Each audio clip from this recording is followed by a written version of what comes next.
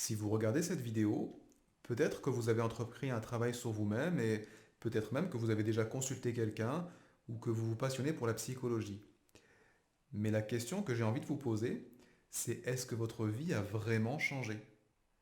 Est-ce que vos difficultés sont derrière vous et est-ce que vos relations avec les autres sont vraiment satisfaisantes aujourd'hui?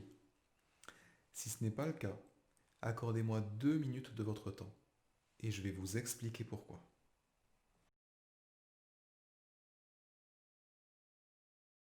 Je m'appelle Benoît Venot. Je suis formé à l'hypnose et aux thérapies brèves, et le cœur de mon travail, mon vrai domaine d'expertise, et ce pourquoi on vient me consulter, c'est le changement. Est-ce que ça vous est déjà arrivé de lire un livre de psychologie et de vous dire waouh, ce qu'écrit ce gars, c'est exactement ce que je ressens. Du coup, je suis sûr que ce bouquin va m'aider. Mais au final, 3 semaines plus tard, rien n'a changé. Et c'est normal, parce qu'en vérité, le but réel de ce livre, c'était de vous expliquer quelque chose, pas de vous transformer. Maintenant, laissez-moi vous dire quelque chose que vous savez déjà. On ne devient bon que dans ce que l'on pratique.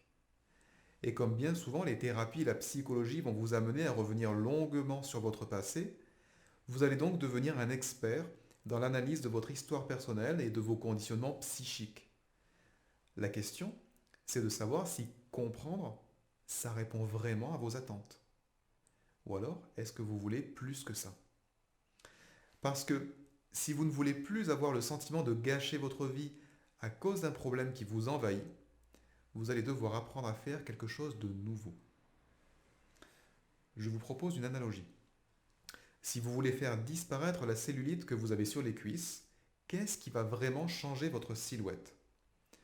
Est-ce que c'est de lire des articles sur la formation des cellules adipeuses ou est-ce que c'est de vous acheter une paire de palmes et de vous mettre à la natation? Bien sûr, les deux approches sont intéressantes et se complètent, mais il y en a une qui va transformer votre corps et l'autre pas. Et on peut même aller plus loin avec cet exemple. À quoi ça peut bien vous servir de connaître les aliments qui sont bons pour votre équilibre si vous n'arrivez pas à changer durablement vos habitudes alimentaires? Alors vous comprenez que le changement, c'est une compétence en soi, c'est un vrai domaine d'expertise, et que sans ça, vous risquez d'attendre encore des années sans que rien ne bouge. Et changer, ça ne veut pas dire devenir quelqu'un d'autre, ce serait affreux. Non, changer, ça veut juste dire vous libérer de ce qui vous empêche d'être déjà vous-même aujourd'hui. Alors oui, bien sûr, changer, ça fait peur et ça n'est pas facile. Et c'est justement pour ça que c'est un vrai métier à part entière. Et bien sûr, il y a des personnes qui ne se sentent pas prêtes et qui vont dire, après tout, ça fait tellement longtemps que c'est comme ça ne va plus changer maintenant.